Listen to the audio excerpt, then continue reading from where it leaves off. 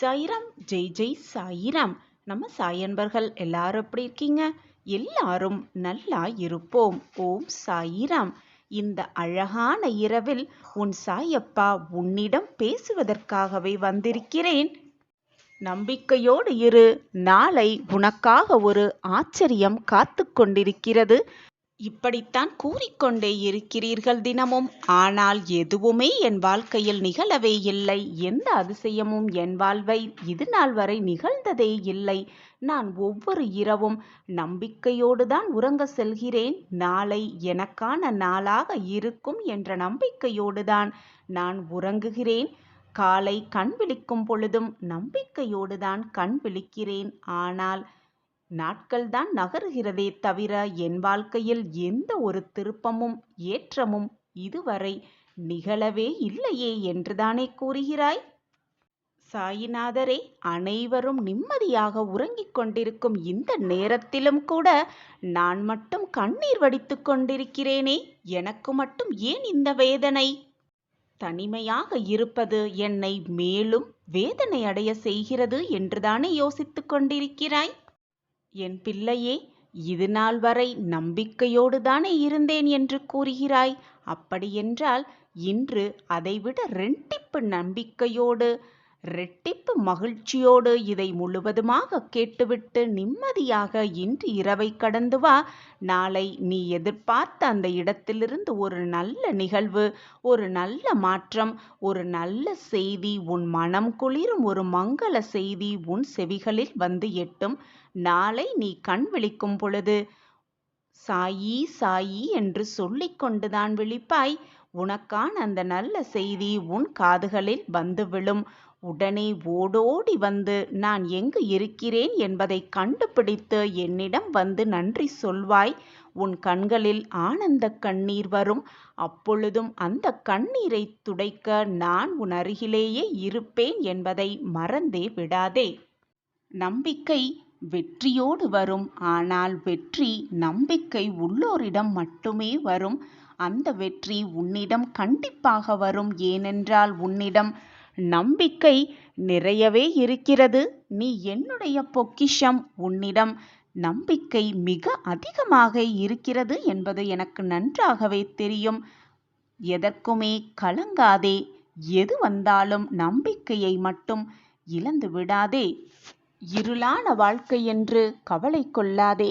என் வாழ்க்கையில் மட்டும் எப்பொழுதுமே இருள் மட்டுமே சூழ்ந்து இருக்கிறதே என்று வேதனைப்படாதே. கனவுகள் முளைப்பது அந்த இருளில்தான்.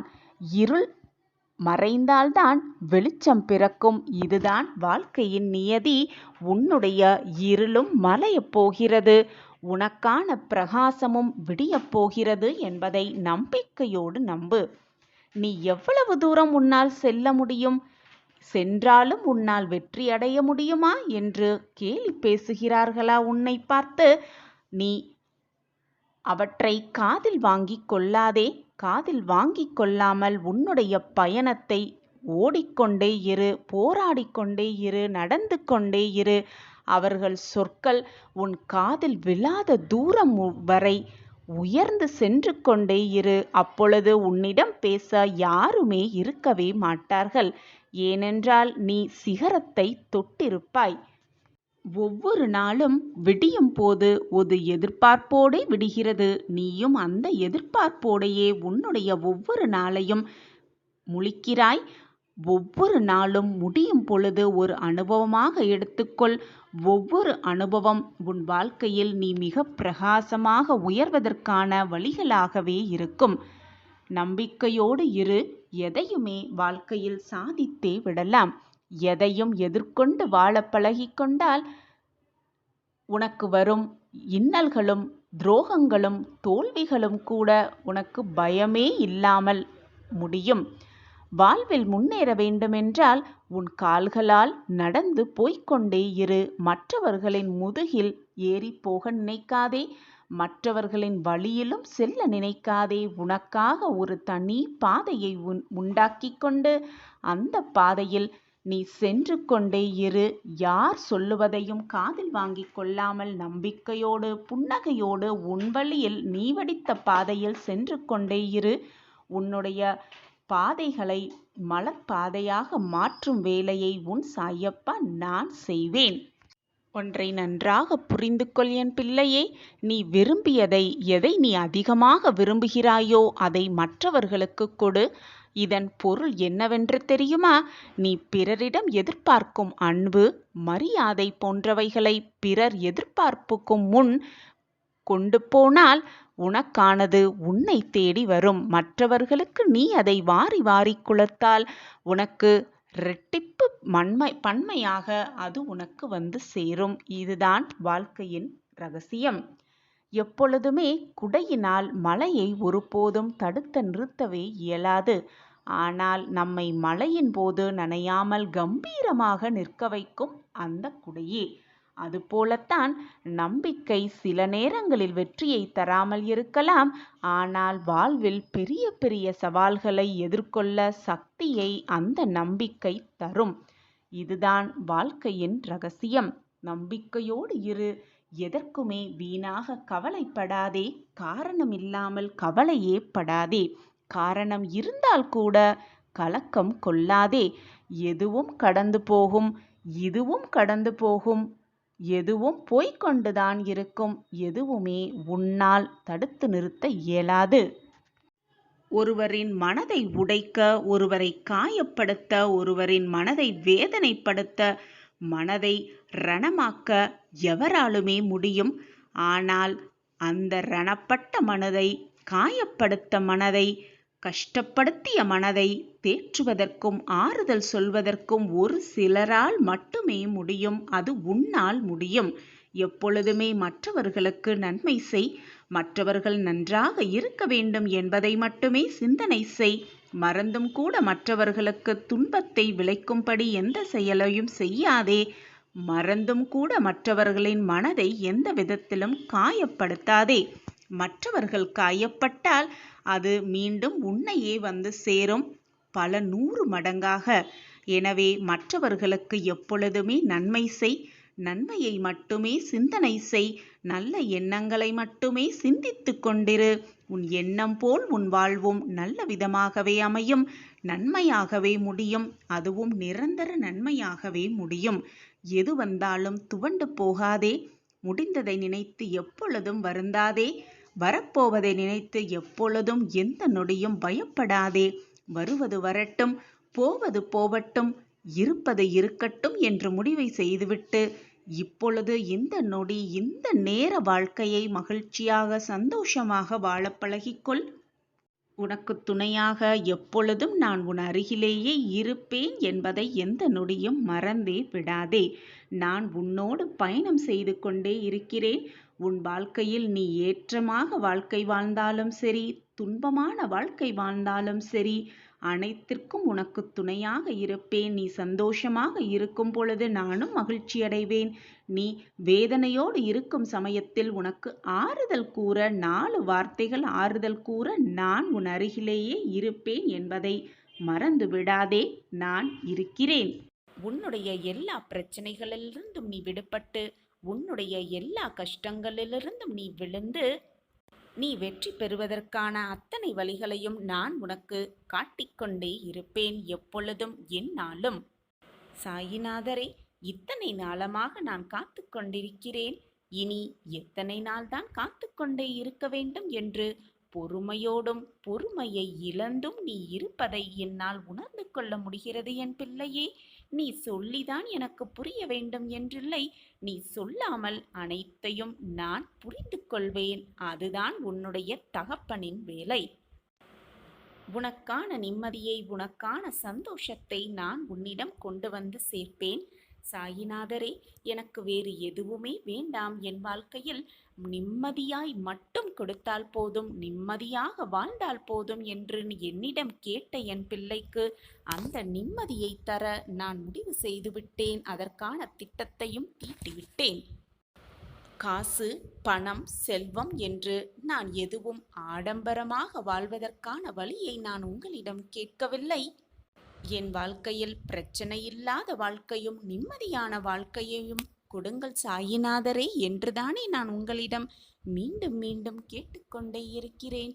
ஆனால் அந்த நிம்மதியை கூட எனக்கு தராமல் ஏன் இவ்வளவு கஷ்டப்படுத்துகிறீர்கள் சாயிநாதரே என்று நீ என்னிடம் கேட்பது எனக்கு புரியாமல் இல்லை.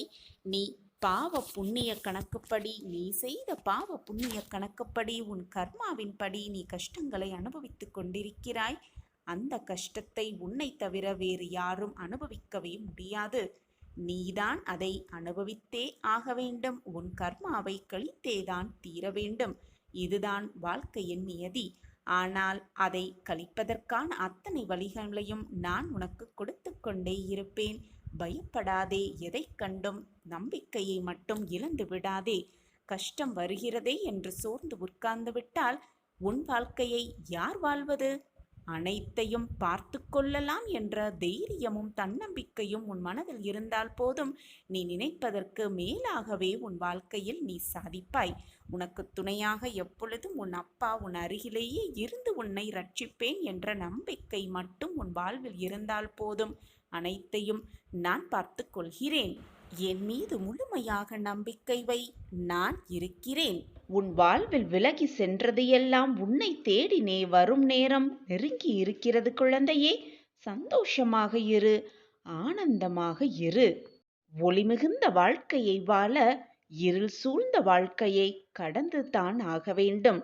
இருள் சூழ்ந்த வாழ்க்கையை பயம் இல்லாமல் கடந்து சென்றால்தான் ஒளிமிகுந்த வாழ்க்கையை பிரகாசமாக உன்னால் வாழ முடியும். அந்த பிரகாசம் உன் கண்களுக்கு மிக பிரகாசமாகவே தெரியும். மிகப்பெரிய சாதனைகளே மிகப்பெரிய வெற்றிகளை உருவாக்கிறது என்பதை புரிந்து கொள் கண்மணியே. வசதி என்பது பணத்தில் மட்டும் இல்லை குழந்தையே. மனதிற்கு நிம்மதியான வாழ்க்கை கூட மிக வசதியான வாழ்க்கை தான் குழந்தையே. எனவே பணம் மட்டும் இருந்து விட்டால் நிம்மதி வந்துவிடும் என்று நினைத்து கொள்ளாதே. மனம் நிம்மதியாக இருப்பதுதான் மிகப்பெரிய ஆனந்தமான வாழ்க்கையாகவே இருக்கும். நீ செய்யும் நல்ல நல்ல செயல்களை மற்றவர்கள் பார்ப்பதில்லை. மற்றவர்கள் பார்த்தும் ரசிக்கவில்லை என்பதற்காக உன்னுடைய நல்ல செயல்களை நிறுத்திவிடாதே. ஏனென்றால் சுட்டெரிக்கும் சூரியனை கூட யாருமே நின்று ரசித்து பார்ப்பதில்லை. அதற்காக சூரியனும் உதிக்காமல் பிரகாசமாக இருக்காமல் இருப்பதில்லை. இந்த உலகம் முட்டாள்களை எவ்வளவு எளிதாக ஏற்றுக்கொள்கிறதோ அதே மாதிரி அறிவாளிகளை மிக சுலபமாக ஏற்றுக்கொள்வதில்லைதான். அதற்காக நீ முட்டாளாகவே இருந்து விடாதே. நாம் பிறருக்கு சொல்லுவது, பிறருக்கு செய்வது வேறு ஒருவர் மூலமாக திரும்பி நமக்கே வந்துதான் தீரும். அது உதவியாக இருந்தாலும் சரி, துரோகமாக இருந்தாலும் சரி, வேறு ஒருவர் மூலமாக நமக்கு திரும்ப வந்தே தீரும். தன்னை பற்றி அதிகமாக அறிந்து கொண்டவன் ஆசைப்பட மாட்டான். இந்த உலகத்தை பற்றி மிக அதிகமாக அறிந்து கொண்டவன் கோபமே படமாட்டான். இந்த இரண்டையும் உணர்ந்து கொண்டவன் வாழ்க்கையில் துன்பம் என்பதை சந்திக்கவே மாட்டான். என் அன்பு பிள்ளையே, எது வந்தாலும் எதிர்த்து நின்று போராடு. அனைத்தும் நன்மைக்கே என்பதை தீர்க்கமாக நம்பு. நான் தான் உன்னிலேயே இருந்து கொண்டிருக்கிறேனே, பிறகு என்ன பயம் உனக்குள்? நீ விரும்பிய வாழ்க்கையை வாழப்போகிறாய். நாளை வியாழன் முதல் உன்னை விலகி சென்றது எல்லாம் உன்னை தேடி வரும் நேரம் நெருங்கி இருக்கிறது குழந்தையே. உன்னோடு உன் சாயிநாதர் இருப்பதை நீ உணர்ந்து கொள்ளும் நேரத்தையும் நான் உருவாக்குவேன். அந்த நேரமும் உன்னை தேடி நிச்சயமாக வரும். கலங்காமல் இரு குழந்தையே. எந்த சூழ்நிலையிலும் உன் சாயி தேவா உன்னை கைவிடவே மாட்டேன். எப்பொழுதுமே நீ எதிர்மறையாகத்தான் முதலில் சிந்தனையை செய்கிறாய். நான் உனக்கு அறிவுரை கூறினாலும் கூறாவிட்டாலும், நீ அதை கேட்காலும் கேட்காமல் விட்டாலும் உன்னுடைய ஆழ் மனதில் ஒரு எதிர்மறை எண்ணங்கள் இருந்து கொண்டுதான் இருக்கிறது பிள்ளையே. அதை உனக்கான எதிர்மறை எண்ணம் என்று சொல்லுவதை விட வாழ்க்கை மீதுள்ள உனக்கான பயம் என்று கூட சொல்லலாம். ஏனென்றால் இத்தனை நிறைவான வாழ்ந்த வாழ்க்கையில் அத்தனை நிறைவான வெற்றியை நீ கண்டதே இல்லை. அதனால்தான் இந்த வாழ்க்கையை பற்றின பயம் உன் மனதில் நிரம்பி இருக்கிறது. என்னாகுமோ ஏதாகுமோ என்று ஒருவித பதற்றமோடே எப்பொழுதும் இருந்து கொண்டிருக்கிறாய். அதனால்தான் உன் மனதில் எப்பொழுதும் எதிர்மறை சிந்தனைகளும் எண்ணங்களும் ஓடிக்கொண்டே இருக்கிறது. நீ உன் வாழ்க்கையில் இதுவரை கண்டது எல்லாம் தோல்விகளும் இழப்புகளுமேதான். அதன் தாக்கத்தின் பொருட்டேதான் நீ எந்த ஒரு வேலையை செய்தாலும் எந்த ஒரு பிரச்சனையை சந்தித்தாலும் உன் மனதில் ஒரு விதமான தயக்கமும் பயமும் குடிக்கொண்டு இருக்கிறது. ஆனால் குழந்தையே, இனி அந்த பயம் என் பிள்ளைக்கு தேவையே இல்லை. ஏனென்றால் உன் வாழ்க்கையில் கஷ்டகாலம் முடியப் போகிறது. வாளை போல குளம் தள்ளி தலை தோங்கும் உன் குடும்பம். கஷ்டப்பட்ட வாழ்க்கையெல்லாம் இனி வசந்தமாக மாறும் நேரம் நெருங்கிவிட்டது. பிறப்பு இறப்பிற்கு ஏற்பட்ட இடைப்பட்ட காலத்தில் அவரவர் செய்த கர்ம வினைகளின்படி பாவ புண்ணியத்தை ஏற்றுக்கொண்டு இன்பத் துன்பத்தை அனுபவித்துதான் ஆக வேண்டும். அவரவர் கர்மாவை அவரவர் அனுபவித்துதான் ஆக வேண்டும். கர்மாவிலிருந்து யாருமே தப்பவே முடியாது. உன் விருப்பப்படியே உன் சாயி தேவா வந்திருக்கிறேன் கண்மணி. இனி நீ போதும் போதும் என்று சொல்லும் அளவிற்கு உன் வாழ்வில் நன்மைகளை நிகழ்த்தப் போகிறேன். நீயே ஆச்சரியப்படும் அளவிற்கு பல நன்மைகள் உன் வாழ்வில் நிகழப் போகிறது. தேவையில்லாத சிந்தனைகளை மனதில் நிறுத்திக் கொண்டு புலம்பிக் கொண்டே இருப்பதை விட என் காலடியில் அனைத்தையும் சமர்ப்பித்துவிட்டு அமைதியாக இருந்துவிடு. என் பாதத்தில் சரணடைந்துவிடு. என்னுடைய திருவடி தரிசனம் உனக்கு மன நிம்மதியை நிச்சயமாக கொடுக்கும் என் பிள்ளையே. துயரக் கடலிலிருந்து நான் உன்னை கரையேற்றுவேன். என் கைகளால் உன்னை இழுத்து கரையேற்றுவேன். இதோ நான் வந்துவிட்டேன் அல்லவா. வெகு விரைவில் ஒரு மகிழ்ச்சியான தகவல், ஒரு மங்களகரமான நிகழ்வு, ஒரு இனிப்பான செய்தியை உனக்கு நான் தருவேன். இது உன் சாயப்பாவின் சத்திய வாக்கேதான். நீ என்னை தேடி வர முடியாவிட்டாலும் நான் உன்னை தேடி வருவேன் என் குழந்தையே. இனி எதற்குமே நீ வருத்தப்பட தேவையில்லை. நான் இருக்கிறேன் பிள்ளையே. என் பிள்ளையே, எல்லாம் எனக்கு தெரியும் என்று குழப்பத்தோடு இருப்பதை விட எதுவுமே தெரியாது என்று தெளிவோடு இருப்பதே மிக நல்லது. எதற்கும் பயப்படாதே. உன் மனம் குளிருமளவிற்கு ஒரு நல்ல செய்தி உன் காதுகளுக்கு வந்து விழும். அதற்கு உறுதுணையாக உன் அப்பா எப்பொழுதும் உனக்கு துணையாகவே இருப்பேன். எல்லாம் மாறும். மிக அழகாகவே மாறும். உனக்கான ஒரு வாழ்க்கை உன்னை தேடிக் கொண்டிருக்கிறது. இதுவரை நீ காலத்தை தேடியிருந்த நாட்களெல்லாம் முடியப் போகிறது. அந்த நல்ல காலமே உன்னை தேடி உன் கையில் வந்து விழும் நேரம் நெருங்கி இருக்கிறது பிள்ளையே. சந்தோஷமாக இரு. ஆனந்தமாக இரு. நீ நீண்ட நாட்களாக என்னிடம் கேட்டுக்கொண்டிருக்கும் ஒரு விஷயத்தை நான் நிகழ்த்தி கொடுக்கப் போகிறேன் என்று அறிகுறியை உனக்கு நான் உணர்த்தி இருக்கிறேன். அந்த அறிகுறி பெயரில் உனக்கான அந்த நல்ல நிகழ்வை நிச்சயமாக நான் உனக்கு நிகழ்த்தி காட்டுவேன். இது உன் சாயப்பாவின் சத்திய பிரமாணம். அந்த கனவு நினைவாக இன்னும் சிறிது நாட்களே உள்ளது. அது நிறைவேறும் வரை இன்னும் நீ சற்று பொறுமையாக காத்திரு. உன் அப்பா எப்பொழுதும் நான் உன்னுடன் தான் இருப்பேன். உனக்கு பிடிக்காத விஷயம் என்று நடந்தால் அந்த நிமிடம் என்னுடைய நாம ஸ்மரணத்தை உச்சரித்து கொண்டிரு. உன் மனது சிறிது லேசாகும். என்னை உன் நினைவில் கொண்டு வா. மற்றதை நான் பார்த்து கொள்கிறேன். உன்னை என்றும் நான் என் கருவறையில் சுமந்து உன்னை காப்பேன். உன் மனதில் இருக்கும் அனைத்து எதிர்மறை எண்ணங்களையும் அழித்து காட்டுவேன் உன் சாயி தேவா. நான் நன்றாக இருப்பேன். நான் நினைத்த லட்சியத்தை அடைந்தே தீருவேன். வாழ்க்கையில் வெற்றி பெற்றே தீருவேன் என்று முதலில் உன்மேல் நம்பிக்கை வை. நல்ல எண்ணங்களையோடு இரு. நல்ல சொற்களை மீண்டும் சொல்லிக்கொண்டே இரு. உன் எண்ணம் போல், உன் நம்பிக்கை போல், உன் சொற்கள் போல் உன் வாழ்க்கையும் அப்படியே ஆகிவிடும். உன் வாழ்வில் அமைதியும் சந்தோஷமும் மங்களமும் நிகழ உன் சாயப்பா நானே பொறுப்பு. குழந்தையே, உலகம் எப்படி ஆயினும் இருக்கட்டும், இருந்துவிட்டு போகட்டும். உன்னை யாரும் வெறுக்கட்டும், வெறுத்துவிட்டு போகட்டும், அதீதமாக விரும்பட்டும், எல்லாம் மாயையே. உனக்காக கவலைப்பட வருத்தப்பட, வேதனைப்பட, நல்லது நினைக்க உன் சாயப்பாய் இருக்கிறேன் என் பிள்ளையே. வேறு சிந்தனை என்பது உனக்கு வேண்டவே வேண்டாம். என்னை நினைத்து கொண்டிரு. எப்பொழுதும் என் நாம ஸ்மரணத்தை உச்சரித்து கொண்டே இரு. அனைத்தும் நல்லதாகவே நடக்கும். நடப்பது அனைத்தும் நன்மையாகவே இருக்கும். நிரந்தர நன்மையாகவே இருக்கும். நான் இருக்கிறேன். எதற்குமே கலங்காதே. அப்பாவின் அருகில் இருக்கும் பாக்கியம் உனக்கு கிடைக்க வேண்டும் என்று நீ நினைத்தால் எப்பொழுதும் நம்பிக்கையோடு இரு, தைரியமாக இரு, பக்தியாக இரு, பொறுமையாக இரு. நான் அனைத்தையும் பார்த்துக்கொள்வேன். எதுவுமே என்னால் முடியாது, நடக்காது என்று சொல்வதை விட நடத்தி காட்ட வேண்டும், முடித்து காட்ட வேண்டும். அப்பொழுதுதான் வாழ்க்கையில் வெற்றியை மிக சுலபமாக எட்டி பிடித்து விடலாம். நான் பெற்றெடுக்காத என் செல்வமே, உன்னுடைய நிழலே நான்தான்.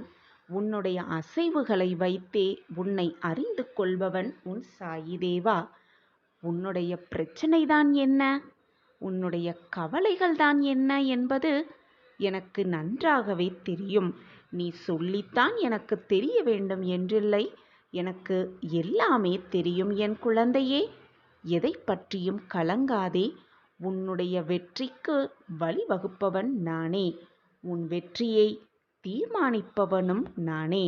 என் மீது நம்பிக்கை வைத்து கொண்டிரு. கைவிட்டதாய் இதுவரை எவருமே இல்லை. என்னை நம்பியவர்களை நான் கைவிட்டதாய் இதுவரை யாருமே இல்லை. நீ என்னுடைய பொக்கிஷம். உன்னை எப்படி நான் கைவிடுவேன் பிள்ளையே? இதோ வந்துவிட்டேன் குழந்தையே. உன் மனதை பற்றி நீ அறியும் முன்பாகவே நீ தினம்தோறும் போற்றி வழிபடும் உன் சாயிநாதர் நன்றாக அறிந்திருக்கிறேன். உன்னுடைய நேரம் நன்றாக இருந்தால் உன்னுடைய எண்ணங்களும் சிந்தனைகளும் நீ எடுக்கும் முடிவுகளும் உன் எண்ணம் போல் நல்ல விதமாகவே இருக்கும். வானளவில் பறந்து இருக்கும் ஆகாயத்திற்கே ஒரு எல்லை இருக்கிறது. ஓடுகின்ற நீருக்குமே ஒரு எல்லை இருக்கத்தான் செய்கிறது. ஜோதியாய் எரியும் நெருப்புக்கும் ஒரு எல்லை இருக்கத்தான் செய்கிறது.